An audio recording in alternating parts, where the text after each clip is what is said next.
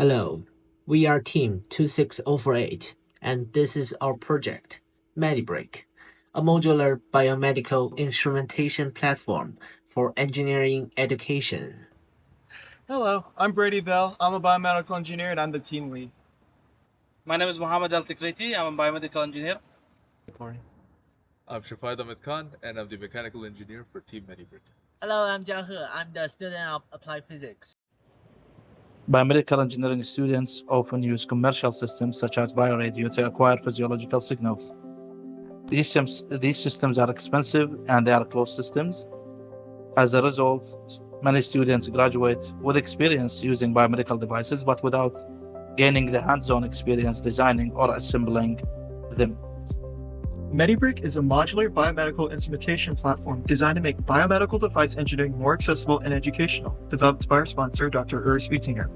In front of you shows the whole complete MediBrick family that was created by a previous MediBrick team. It is our task to add 2 new devices to this family, including a spirometer device and a Peltier device.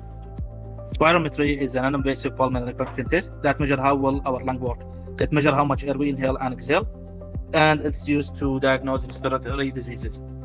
The first thing that we did a trade analysis to choose which flow sensor we can use in our device.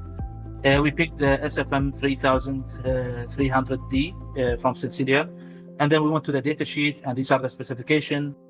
We came up with this block diagram, and this is our schematics for the prototype or the breadboard prototype. So this is the breadboard of our spirometer. So you can see we are powering everything with a 3.7 volt LiPo battery, and this will power our microcontroller, and also the boost converter will boost the voltage to the operating voltage of the flow sensor, which is 5 volt, and we have a logic level shifter to act as a translator or an interpreter to step the logic level down from 5 volt to 3.3 volt, which is the voltage of the logic level voltage of the microcontroller, and everything will be processed here and will be sent to our cellular route. After the success of our development board design, we integrated the idea of that circuitry into our schematics. After finalizing our schematics, we laid it out all on a PCB design, in which we have the boost converter, the level shifter, the ESP connectors, the sensor connectors, and the pressure sensors that can be applied for later usage. Here is what it would look like as a hypothetical 3D design.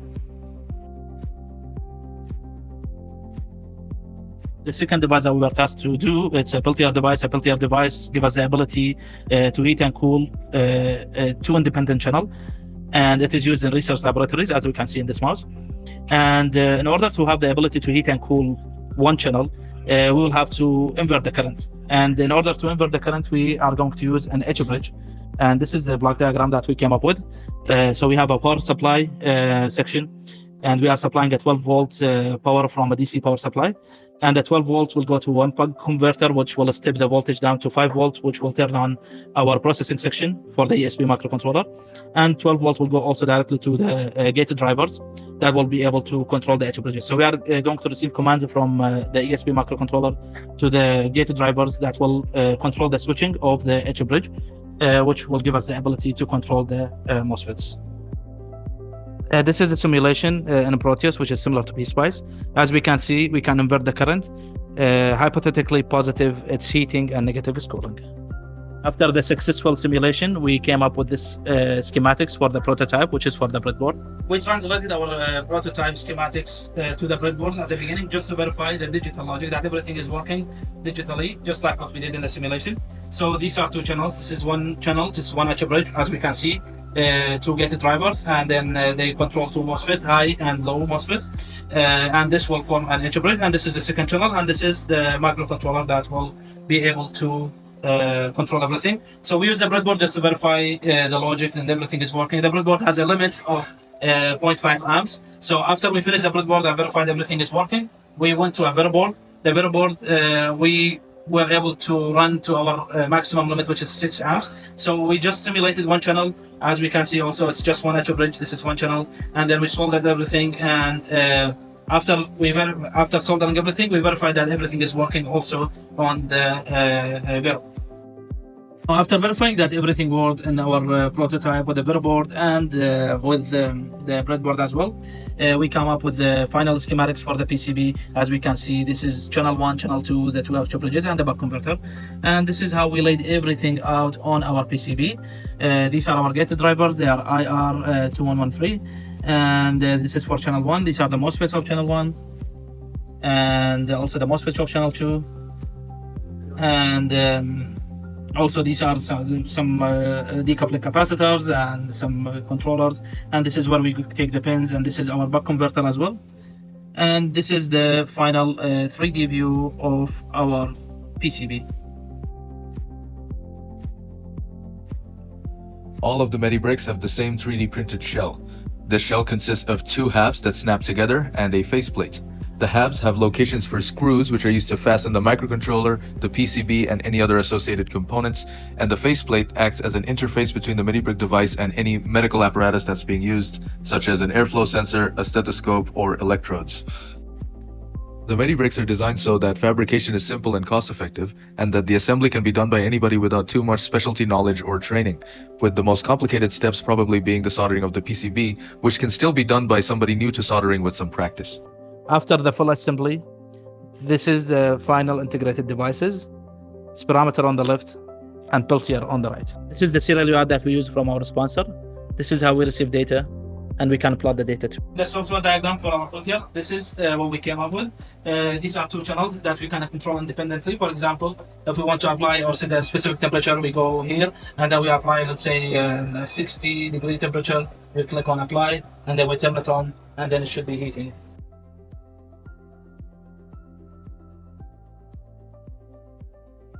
And if we want to cool, we'll just click on cool, and we'll go here, and then we'll click, for example, 0, apply, and then turn it on.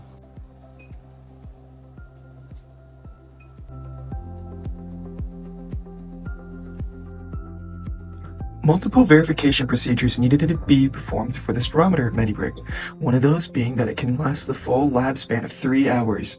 With our tests, we concluded that while under use, the spirometer MediBrick can be powered for over 3 hours, thus meeting that requirement. Here's how we test accuracy of our spirometer by using a 2.46 series range, and our error was 3.05%, which passes our requirement of being under 10%. This is the test that we did for our Peltier. As we can see in the video, we can heat and cool 2 Peltiers using 2 channels independently. After all the testing was completed, both devices met the requirements set by our sponsor, meaning that 2 new additions will be added to the MediBrick family. We've successfully made both the spirometer and Peltier open source and affordable to allow beginner engineers a chance to learn more about these tools without just using them. Moving forward, our sponsor has plans to allow the next generation of engineers he teaches to construct and learn from the bricks we've been developing this project. Overall, the MediBrick project is going to shift the future of biomedical engineering from using diagnostic tools to building them for students and universities alike.